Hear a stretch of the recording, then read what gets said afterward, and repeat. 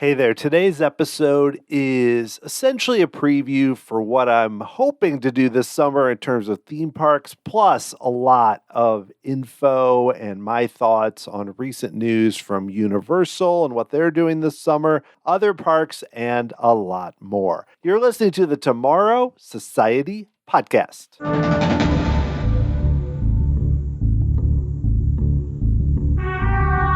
Other parks and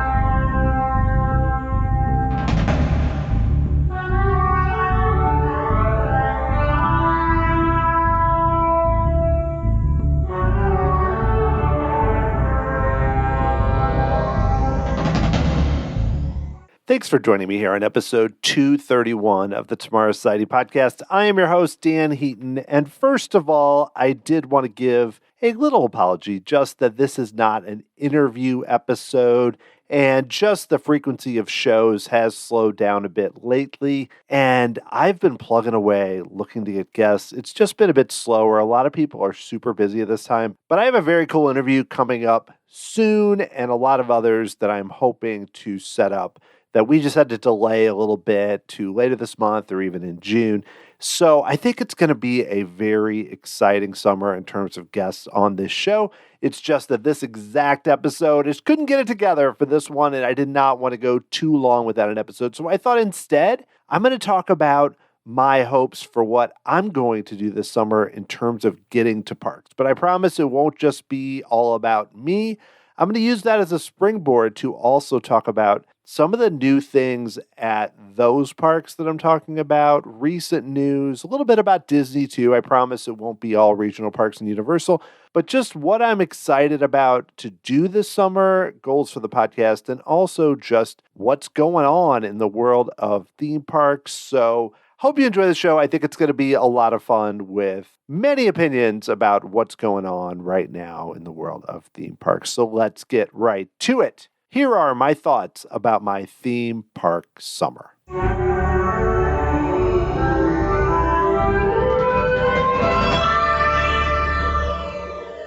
So I'm going to start by talking about parks that I definitely plan to visit this year. Now, I haven't come up with the exact dates or made travel plans, but these are, if you said, hey, Dan, let's list this out in tiers. What are your top priorities to visit this year? The first one had already been Walt Disney World, which happened over spring break.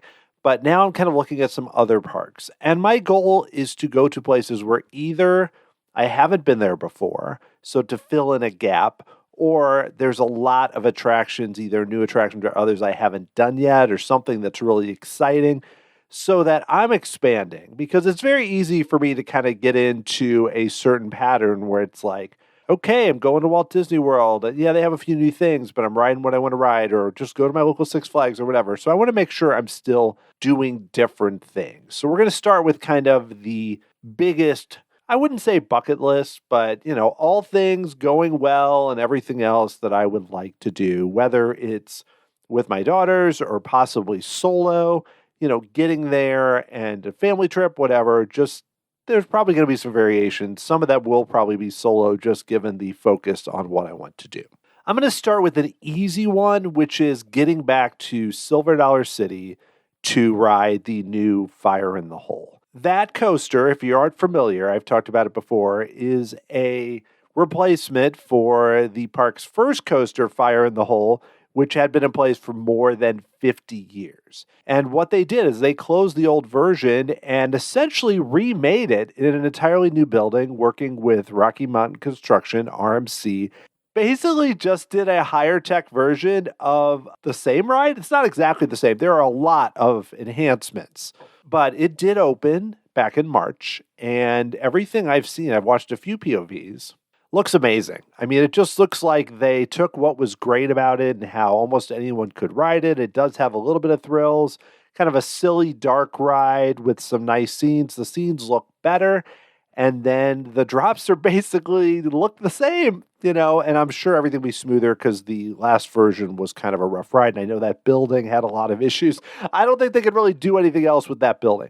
So my goal is to go and ride that. Now, that's an easier one because it's a drive of not even 4 hours to get there. Not super expensive, very easy to get there. I was there last year over spring break. hope to get there at some point this summer. And also, too, I would like to still fill in. I have not ridden all their roller coasters. I didn't ride Powder Keg last time because it broke and then we never got back to it. And I haven't ridden Wildfire just because, again, when you're going with my daughters, they're not really ready for all those inversions and everything else. Have had the chance to ride Time Traveler and, of course, Outlaw Run and Thunderation. Would like to ride all those again, of course. But so it's kind of the main goal is to ride the new Fire in the Hole, but the secondary goal is to get on some coasters that I haven't ridden before. So that's one. I suspect I'll get there. I'm not sure. And with all these, there's always a chance these will drift into the fall, September, October, maybe even November. So it's more the summer goals, but you never know when they'll actually occur. So that was an appetizer, and here is the main course. My top, more extensive travel, though probably still only a 2-day, 1-night trip. I need to get back to Universal Orlando. And you say, Dan, well, why would you go now? Why not go next year after Epic Universe opens? Well, several reasons. One, I've just really been itching to go back. I haven't done so many things at Universal, which I'll get to in a minute. But first, the main thing is I feel like when Epic Universe opens, it's going to just be so busy and so nutty, and just it's not going to be one of those cases where it's going to be as easy to just go. So I like the idea of catching up with everything I haven't done at Universal Orlando, and then when Epic Universe comes, I could make a trip and focus on that. But it's, again, I'm not going to be going there like, oh, I got to catch up with all these things and do it. And I like the idea, too, that you see Universal is doing a lot this summer because, again, they don't want people to just wait for Epic Universe. They want to continue to expand further. So that is my goal. But Universal has complicated it a bit because I was kind of thinking early summer, depending on flights and everything else.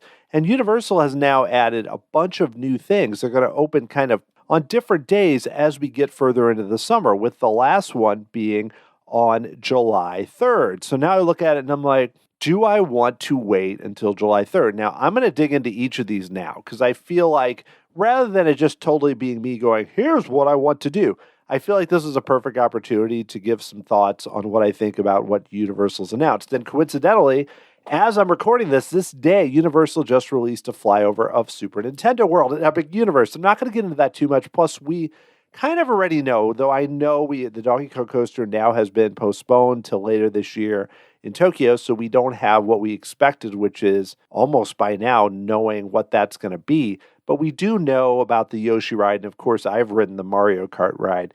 A little more on when to get there beforehand is we went to Super Nintendo World several months after it had opened, and it was nuts. It was mobbed.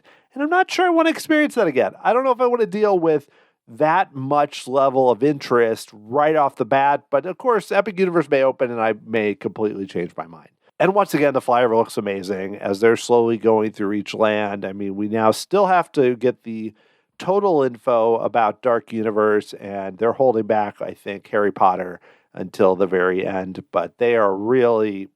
everything I see looks really cool. And that's the thing. That's where, I'm not going to make this all about Disney, though I am going to talk about this later. But where you have Universal has a giant park opening next year.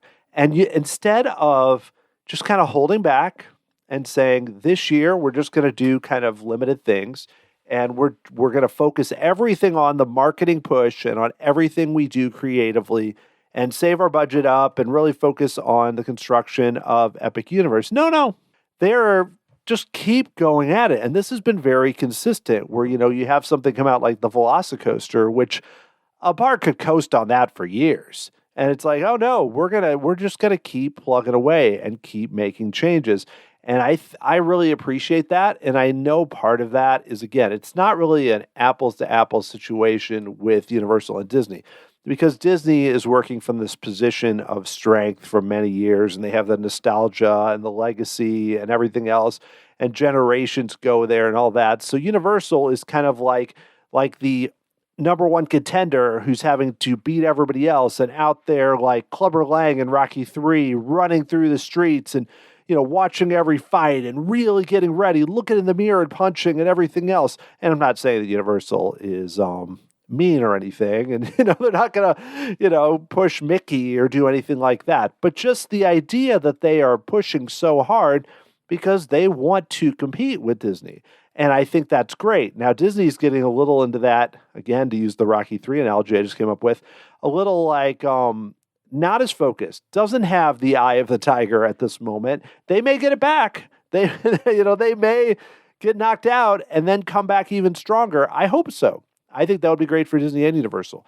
But I am really impressed with what Universal is doing. I mean, even just these announcements. So let's go through the specific announcements from Universal. So we've known for a while about the new DreamWorks land, and now we have a date. What? An actual date? What? We don't have to speculate? Why don't we have that for Tiana's? It's getting ridiculous. But seriously, June 14th, that is when they are going to add that land. And I'm not saying personally that I am that excited about this land based on what I know. However, it is good to see, one, that Universal, within basically a year, flipped around this land. And I know they're not adding a $300 million attraction, but with completely different IP. So you have a situation where you go from Curious George and Barney and Fievel and everything else, and then you end up with Shrek, Trolls, Kung Fu Panda, Gabby's Dollhouse, a lot of really popular, well-liked setup. And this also might be interesting that some of these may kind of be a precursor to what they end up doing with their new kids park in Texas. But looking at it, you have interactive play areas, character meet and greets, and all new indoor live show experience. That's interesting. DreamWorks Imagination Celebration, a multi-sensory live show that will bring beloved DreamWorks stories to life. We're going to see this too with the live show that's already out with How to Train a Dragon. I think Universal is really focused on doing some really high-end live shows. I mean, we even saw they have this little precursor to Waterworld now at Universal Hollywood with the Fall Guy. And granted, you could say, oh, well, that's just promotion and everything else. But still, it's impressive. They easily could have just done something really simple, but they actually did some stunts. And yes, it's a little awkward, everything. I watched an online video, but still has some cool stunts with jet skis and everything else. So they're continuing to find ways to kind of focus not only on rides, but also on live shows and entertainment, which I think they're going to have a pretty cool one it hasn't been officially announced all the way, but in the Harry Potter area of Epic Universe. So some of the other things, you have Shrek Swamp. You get to the Troller Coaster is the redo of Woody Woodpecker. So that's they found a way again to adjust the IP. And then you can meet Poe in the Panda Village. You can, meet Gabby. There's a lot to do there. And granted, my kids are 15 now and 11. And so they're not really as focused even on Shrek, but especially on Trolls, thankfully. It's not my favorite thing. Just, it's not really that attention getting for us.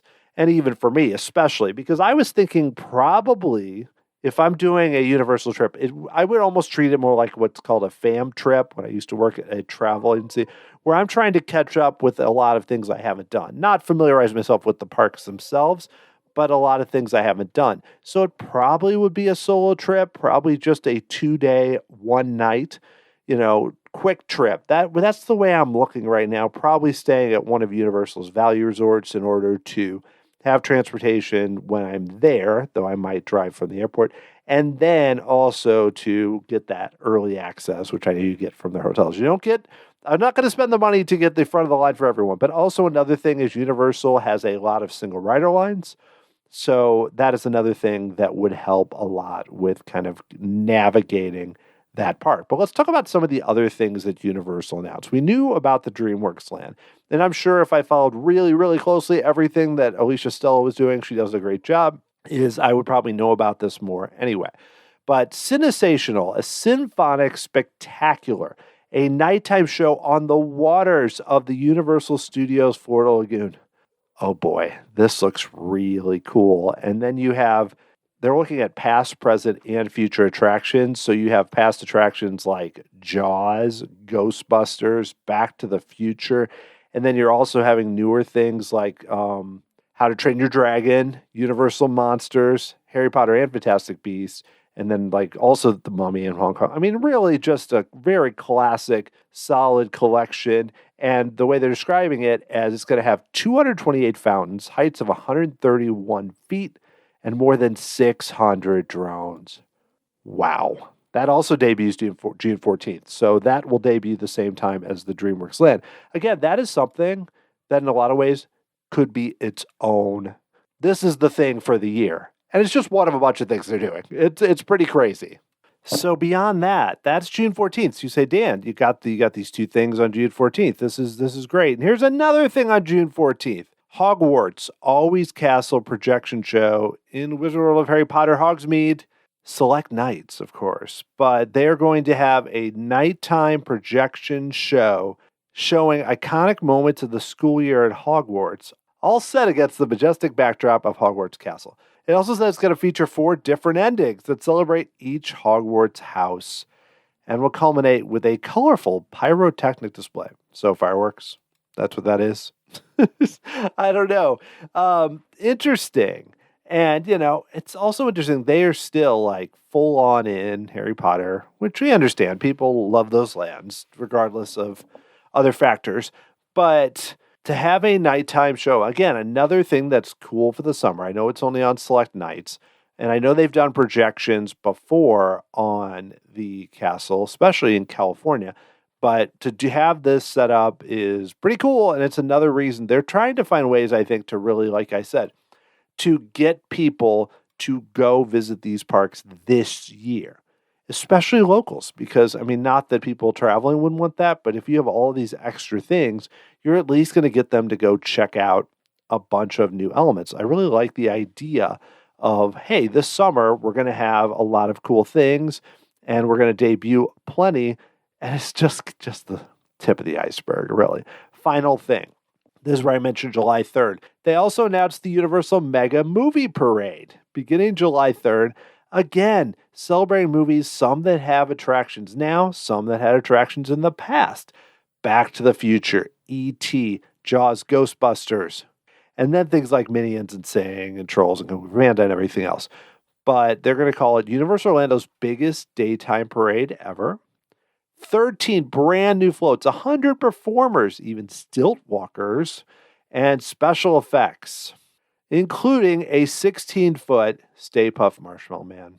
Oh boy. And then you've got an epic finale with gyrosphere, raptors, and a T-Rex all aboard the Jurassic World float. Wow. Wow. Wow. Very cool stuff.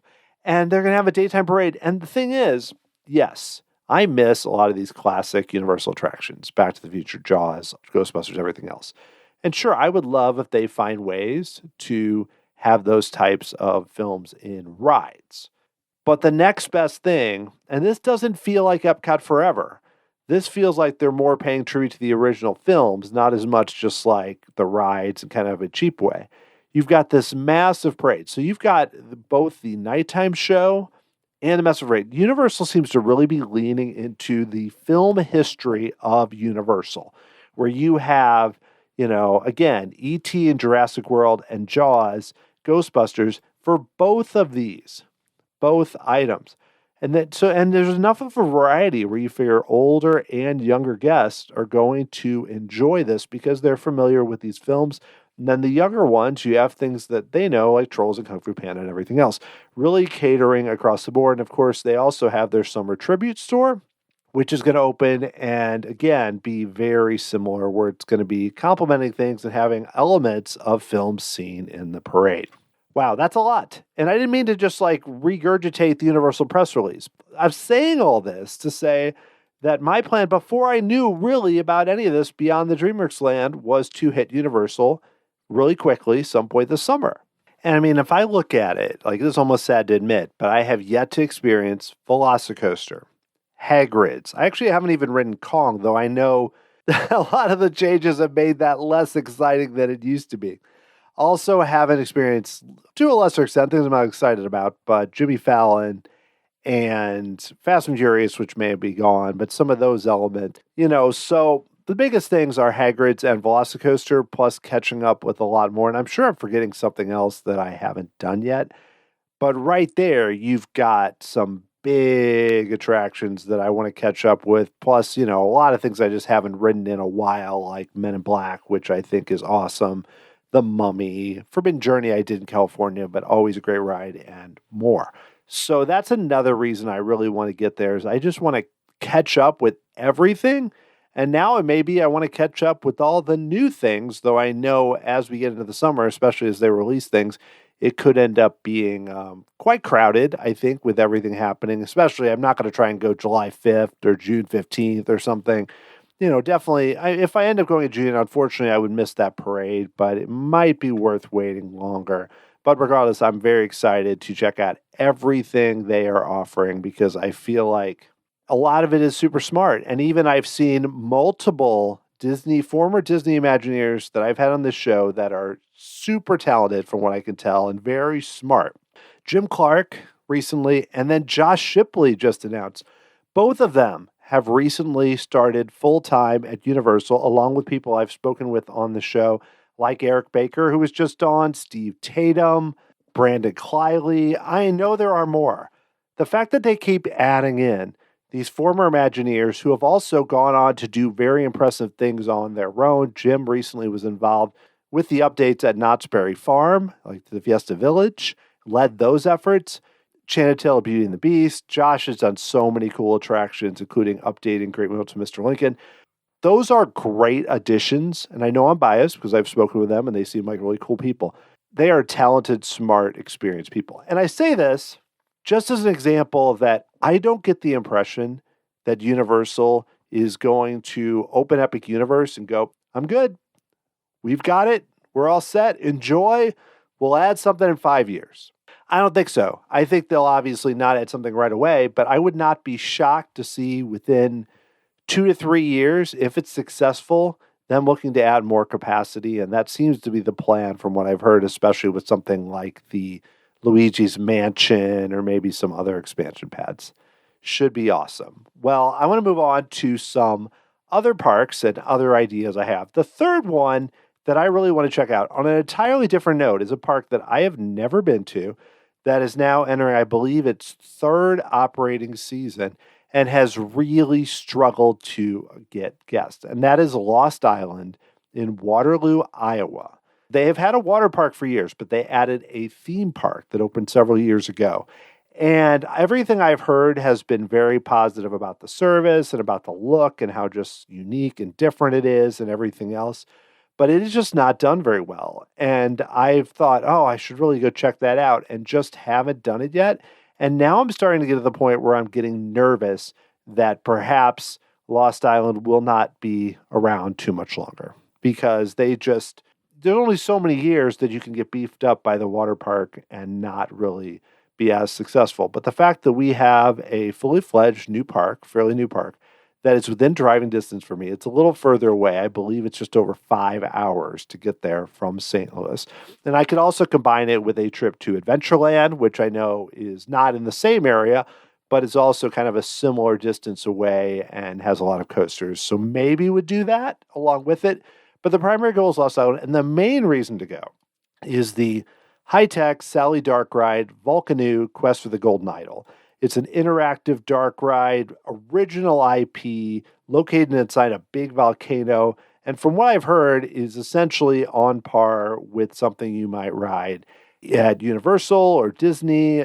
Maybe not exactly on that, but for a regional park to even be that close looks super special. So that is the thing I want to do the most. They don't have a lot in terms of coasters. They only have 3 roller coasters. So yeah, the one that I'm not that excited about is the Nobuko Air Coaster, which is a Vekoma SLC, which originally was named Cobra and was in South Africa, but has now been moved to Lost Island. I've heard not great things about it. And then there's a kids coaster, Lokalo.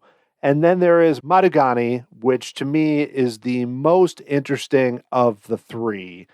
That is the one, if I'm talking about coasters, obviously, if I went with my daughters, I would make sure we would ride the little kids one probably, even though they're not that young anymore. But Matagani is really the coaster that would be most interesting to me. And it used to be in Liseberg, which is a theme park in Sweden, but it was removed there in 2016 and now has been moved to Lost Island. Did not open till last year, but I know it got some decent reviews from people like Brian at Coaster 365, Coaster Studios, others seem to give it a pretty good review there. So not much in terms of coasters. And this is where I hesitate a little bit, is even when I look at the rest of the rides. You do have a water ride, which is finally open, called Utah Falls. Then you have a water battle. Those are usually pretty fun, though I tend to get very soaked. But you have a lot of kind of typical flat rides. And I just wonder too, if I was going to this, I don't know if I would do this solo. Just because I look at it and I'm like, there's just not enough really for me to do. I wouldn't do most of these on my own. So I would just end up kind of wandering around. So this would probably be a case where I would be going with Etta or Elise, but I don't know about Matagani then because it has inversions, so that we'd figure that out. But regardless, this is one of those cases where I really want to check it out. The only reason I'm hesitant is just due to the amount of rides that are there, but it's probably worth checking out just for Volcano and, for a few of the other rides there like Matagani. And if nothing else, just to see the theming, because I've heard the theming is really cool and the service is really cool. So to do that level, this is one that I think if I don't get to it this summer, I have a little bit of concern they might not be there for another year. Now, I have not read any news or heard anything about it. I've just heard they just are having a very limited amount of attendance, which could make for a very pleasant day and might be one of the reasons why so many people are raving about it. Not that it's a bad place, but just that when you have a nice place and it's empty, I think about when I've gone to Walt Disney World and I'm like, this is so much less stressful than usual. This is so much better. And then I realize, oh, it's because it's less crowded. And when you have a crowd, every little issues, when you have no crowds, just brush it off. Things close, whatever. When you do have issues and it's packed, that's when it really gets crazy. So those are kind of the main goals, but there are other things I would like to do this summer, if possible, that now I'm going to dig into. So we've now reached kind of the second layer, the parks that it would be cool to go to if possible, though I may be overly optimistic or overly ambitious here to think about it. The first one is Holiday World, and there's several reasons for that. I love Holiday World. I've been there twice, once in 2010, once in 2014. So it's been a while. It's been 10 years since I've been to a park that is 3 hours away. I would love to get there at some point for Hollywood Nights, where you have ERT on and night rides on the Voyage and all the other big coasters. Not sure I'm going to do it this year, but would love to do that. But regardless, they have a new coaster opening this summer. Good gravy. I talked about it with Arthur Levine at the start of the year, and seems to be a very fun concept in the Thanksgiving area. Also, it is a Vekoma family boomerang, which was like a new thing, but now we're getting several new ones this year. But this one is a gravy boat-shaped train. Oh, nice. And it's going to open in May, according to what I've read. It's definitely going to open this summer. And hey, we're in May right now. Wonder how soon it's going to be. But I would like to get there to ride that. I also would like to ride Thunderbird. I have not ridden that one yet. I have ridden Raven, Legend, and the Voyage, which are all awesome. The Voyage is currently still my number one roller coaster that I've ridden. Granted, it's not as many coasters as your kind of super coaster enthusiast that I've ridden. There's a lot I haven't ridden, including, I probably should put it on this list. I just don't think it's going to happen this year, getting to Cedar Point, which is always on the list one of these years. Of course, hopefully I can get there, but while I can still handle the most intense coasters, like now Top Thrill 2, which is open, Millennium Force, Magnum, and some of the other coasters there. Oh, of course, Steel Vengeance from RMC. But I would like to get to Holiday World just because I think it's a really cool park. I think it would be fun maybe to go with my daughters, especially now that I think, given that Etta handled Tron and Guardians, I think she could at least handle Raven and probably the Legend. I'm not sure about the Voyage or Thunderbird, but good gravy obviously would be fine. And it's just a fun park. It's a great regional park. They have great customer service, free parking, sunscreen, all that. Food is cheap. It's very different from your more corporate parks for sure. I also mentioned Cedar Point, but it would be fun to get back to Kings Island. I had such a great time last summer. I would not go again solo, but maybe, again, this is more of an unlikely scenario, but to go with Etta and do all the kids coasters I didn't do, including their new Snoopy roller coaster, and then maybe see if she could stretch a bit and at least maybe do the Beast, but at least do like Racer and some of the kind of mid tier with Adventure Express, which is a really fun mine train. I just had a lot of fun at that park. I don't know if I'll get there, but it would be cool to do so. Similar feeling with Worlds of Fun in Kansas City, which is about 4 hours away. Would love to get there and ride Prowler. And of course, they recently added a new coaster, the Zambezi Zinger, which I know I've heard weird things about the restraints, but still a pretty cool roller coaster. I mentioned Brian from Coaster 365. He recently did a ranking video of all of the Cedar Fair, not Six Flags now, Cedar Fair parks, and listed Worlds of Fun fairly high, not above like your King's Dominion, Cedar Point, and all that, but pretty high up there, higher than maybe you would have guessed, and raved about Mamba, which I know they made some updates to that recently. So at some point, I'd like to get to Worlds of Fun. I don't know if it's going to happen this year, but it is definitely on the list for sure. And then, of course, you have some other regional parks like Kentucky Kingdom that would be nice to get to some point. Probably not going to happen this year, but if you're really just throwing it out there, that would be fun. I mean, I don't think I'll do it this year, but of course, there are other Orlando parks like Busch Gardens Tampa and SeaWorld, and then Busch Gardens Williamsburg, and some of the East Coast parks like Hershey, and I mean, not really the coast, but the east side of the country. But we're going to stay focused here, and I will talk a little bit about Walt Disney World, because obviously, if I think about like a stretch goal, as the corporate term would be, it would be great to get there after Tiana's has opened. Because everything I've seen about Tiana's Bayou Adventure, which by all accounts is likely going to open in June, is looking really great. The animatronics look awesome. Splash Mountain has always been one of my favorite Walt Disney World attractions, having nothing to do with the source material, just having to do with one, I love log flumes. The mix of music, the log flume, and animatronics is such a good mix, and it really fits well in that area. It's just so much fun.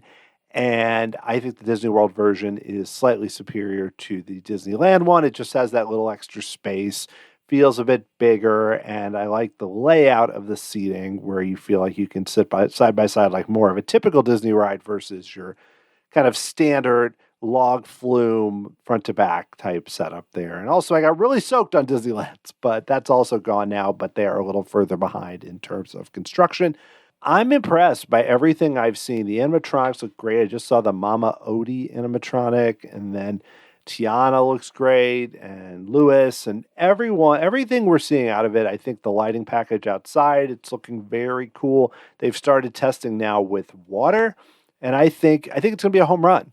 So, it's one of those things where it's just it's going to be a great addition to the park. And I know it's not an addition really because it's replacing Splash Mountain, but I mean a great new attraction that is also going to help a bit with the congestion that you still see around Seven Dwarfs Mine Train and now Tron. The Tron's a bit different because there is no standby line currently, but just the way that park is set up with a lot of focus on that side with Space Mountain, Tron, and Seven Dwarfs Mine Train, you can kind of flip back a bit, and it also is going to take some pressure off some rides that really shouldn't have as long waits as they do, like Jungle Cruise, especially, and Peter Pan, hopefully. But just having it back in the park and another headliner and a top-notch headliner, hopefully with better maintenance and not breaking down as much as Splash Mountain did during its later years, you would hope there's going to be a lot of fun there, and I cannot wait to see it open. I don't know if I'm going to get there this year because we just went and did everything else. Of course, it would be a lot of fun to get there and ride it. I'm just not sure money-wise if it's going to be in the cards, but I think it will be very cool to see. I did want to talk a little bit more about what Disney has been doing, because I spent a lot of time earlier raving about what Universal is doing, and I'm very interested as we learn more about Epic Universe, and then also they're introducing more info about their hotels that they're adding. They're really pushing it, and I don't think that's a bad thing. And I've never been of the opinion that you have to be like, everything at Disney is great and Universal's not. And even now, Universal's pushing, which is great, but that doesn't mean that everything Disney's doing is terrible. So I'll say that up front. I'm probably a little more on the giving them some benefit of the doubt here. And there was just Ian, who works on the Theme Park Style podcast with Alicia Stella, just posted something today on Twitter that was kind of asking for people's opinions about Iger and DeMauro and such. And a lot of people, the usual, they stink and they're terrible and out of touch, blah, blah, blah. But it made me think about it, which was how I really feel about what they're doing. Because I was pretty excited when Bob Iger returned to get Chapek out. And I thought, okay, now he's going to fix some of the issues. I mean, not him personally, but he's going to kind of lead the charge for that. And they did a little bit. They got rid of the parking at the resorts, made a few other tweaks. They've brought back more discounts and then, had things like free dining and all that. So it feels like a lot of the changes, just kind of going back to 2019, still need to do more on Genie Plus. So I kind of mentioned that, I think there's been a lot more competence. I feel a little safer about them, but I also feel like they are too slow to react and they've gotten too complacent. So in a way, I feel like they've come back and righted the ship, which is good, but also just aren't quick enough to move and react. And still, I think, kind of had this idea that Disney is where they were maybe even 8, 9, 10 years ago, or even especially, at whenever, where the attendance would go up every year. They would make a few edits, but they didn't have to do that much. And when they did bring in things like your Pandora or Galaxy's Edge, they were just like unchecked. People, increased attendance and everything else. And so they haven't really adjusted to just the landscape and how it's changed and how people are also approaching the way they spend their dollars and the way their expectations after the pandemic. We're seeing it here even in St. Louis I mentioned the baseball Cardinals a lot, but I feel like their attendance is low, and even though the team isn't great this year, they're not terrible. In the past, they would have gotten a lot more benefit of the doubt. But I just feel like people are really, whether it's a tougher economy or whether it's just having spent that time at home, kind of reassociating what they're doing, people are really thinking about how they support parks and how they spend their money. And when they see an operator, whether it's a sports team or whether it's Universal and theme parks or anything, really putting their best foot forward and really trying things. It doesn't mean everything they do works, hence Fast and the Furious Supercharged being an example. Everything they do doesn't always work, but they're trying things and they're really going for it. And I think that's what people really want to see from Disney.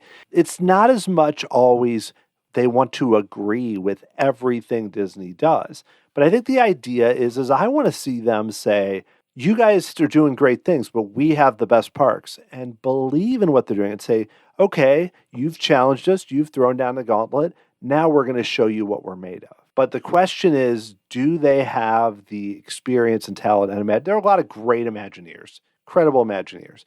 But I mentioned earlier, some of them switched to Universal. It's not that they don't have talented people, but do they have the will and the ability? Also, there was the news that they brought in Joe Rohde to advise, but do they have the ability to move quickly and really think about, be honest about the perception of the parks, about what those parks need, and about how that will impact the guest experience? Pull yourself away just from how much profit you're making or profits per guest or profits per square foot and really look at the guest experience. Now, I will say, I just went to Walt Disney World in March and had a great experience. I spent a lot of money, but I do feel like there was a value because we also benefited just from that weird pocket of time when there wasn't large crowds. However, that doesn't mean that I don't see areas for improvement. If you just look right at Genie Plus, I know they've been focusing on the DAS system, and I don't feel like I'm the knowledgeable enough person to talk about that.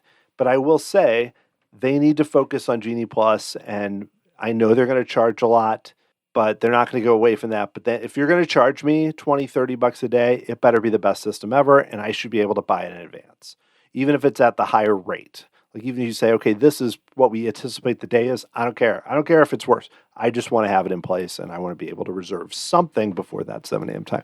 But not to go down too far down that way. But in terms of as we roll into the summer, and especially as we look to D23 Expo, whatever it's called now, I don't want a thought experiment. I don't want a market testing. I want to see them come out and say, we believe in our parks.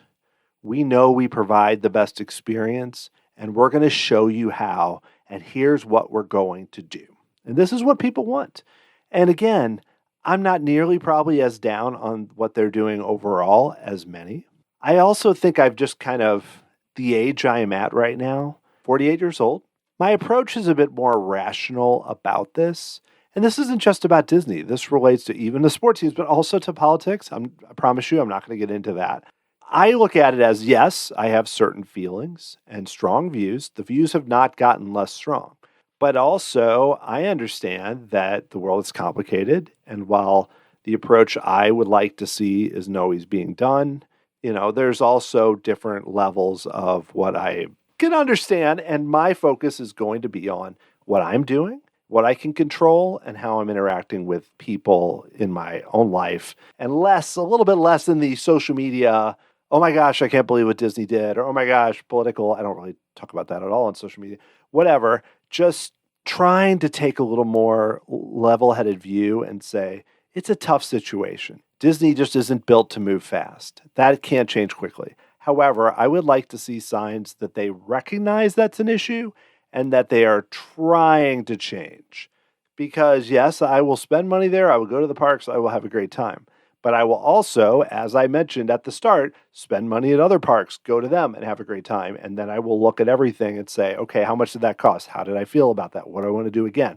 Those types of experiences. And I'm the most diehard, Disney gene person you're going to find. So definitely something to think about there. And I don't mean to totally go off track here, but I do feel like this is a big part of the landscape. And as I look to the summer and think about what I want to do, of course, I always would love to go to Disneyland. Disneyland just released a summer ticket offer that is much cheaper for the tickets than I paid when we went last year. That's kind of cool. I know it's only one park per day, 3 days.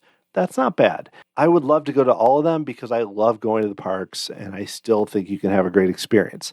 However, the cracks are showing. They're never going to please everybody, but there are things they could do that would not take 5 years and would not cost billions of dollars that would significantly improve the experience of the parks. And again, I haven't been to Universal Park recently. When I go, I may come out going, yeah, this is great, but this isn't, and have a clear view. That's one of the reasons I want to go, because I don't feel like I have as much ability to really comment, especially when I haven't ridden the Velocicoaster in Hagrid's, for example, haven't stayed at their hotels, to really comment on the differences and how they're approaching things. But I would like to become more of an expert as I move forward. My kids are a bit older now, have a little more time, and continue to do that. So to sum up this podcast, my goal for the summer is just to get out to parks, some that I've been to before, some that I haven't, and just enjoy them. Just appreciate that I get to go. Have a great time. Check out a lot of new rides, dark rides, coasters, everything. And come back here and talk about it. I promise the show will not be overwhelmed by trip reports. We are still definitely going to do interviews. I've got a lot of cool guests, hopefully coming up in the future. But just to get out there, I've really fallen down a rabbit hole. I recently read a book called Built to Move by Kelly and Juliet Starrett, and really gotten into kind of that side of it and just movement and being outside and doing all that. And I think that does relate to the world of theme parks, because I can sit here all time and just, oh my gosh, I can't believe what Disney did or Universal did, or oh my gosh, what's happening with Six Flags and Cedar Fair and all that. But really, the main thing is just getting out there, enjoying it, talking about what I don't like. That's the big goal. That's why I kind of titled this episode Theme Park Summer, because the idea is just, let's get out there and enjoy that these parks just keep improving and they're doing cool stuff and there's so much to see. I'll never get to all the parks that we get to. I could just talk for an hour about the 100 places, and that doesn't even include a lot of non-theme park attractions here in St. Louis and beyond. But just want to get out there and enjoy it. And I hope that you do the same too and have a blast out there. I did want to mention, if you would like to hear me this week talking with guests, I was a guest on the Marty Called podcast with Tim Grassi and Skipper Ben Repstock. If you've been listening to the show for a while, you are very familiar with Tim and Skipper Ben. Of course, Ben was very involved with the good version of Inside the Magic with Ricky Briganti. I was a guest on episode 73, where we drafted animatronics from Walt Disney World, and I think I did okay. Spoiler alert, I got the Navi Shaman as my first pick, and I'm pretty happy with most of my picks. I think I got 6 picks in the top 10 I had listed going in. And really, it's just a fun excuse to geek out about theme parks with two great podcasters, Tim and Ben. So check it out, the Marty Called podcast. You can find that wherever you listen to podcasts or search out there. I'm sure many of you already are listeners, and if you're not, you should definitely check it out. If you'd like to check out what I'm doing on social media, of course, I mentioned I'm not out there as much, which is true, but you can follow me on Twitter, Tomorrow SOC, Facebook, Instagram, Threads, Blue Sky, Tomorrow Society. There's also the Tomorrow Society Podcast YouTube channel. I shot a few videos on our last trip to Walt Disney World, and I have been posting them out there, including a room tour from Port Orleans French Quarter, videos, coming up like Space Mountain with the lights on. We got a shot of Hondo, another draft pick that I made, and many more. So it's kind of fun to have that out there. You can find that also by searching just for the Tomorrow Society. If you would like to help support the show, there is a great way you can do so through Patreon. You can make a small monthly contribution, multiple different levels, get access to some really cool perks, including bonus podcasts. At the top level, I do a podcast called An Attraction Tribute. I've done 2 episodes so far, just released my episode about Test Track. Basically, I do a deep dive into the attraction and include clips from past shows. I do an audio commentary with the YouTube video. Lots of fun stuff there. You can learn all about everything that's there at patreon.com/Tomorrow Society, or you can make a one-time contribution and buy me a Dole Whip, which is really another way of me saying, instead of it being a monthly thing, it's just one time. If you think something cool is going on, go to tomorrowsociety.com/Dole Whip to learn more. If you'd like to get a hold of me, let me know what you think of this show and what you are doing in this theme park summer. Email me, Dan@Tomorrow Society, to learn more. The music you're hearing right now was written by Adam Hookey and performed by the Sophisticated Babies. Thank you so much for listening to this podcast about my theme park summer. I hope that you have an awesome theme park summer, and I would love to hear all about it. I hope you're going out there, whether it's to Walt Disney World, Universal, your regional park, wherever you're going. Would love to hear about it and your recommendations of where I should be heading from my home base here in St. Louis. Can't wait to be back soon with another interview show, and I will talk to you again next time.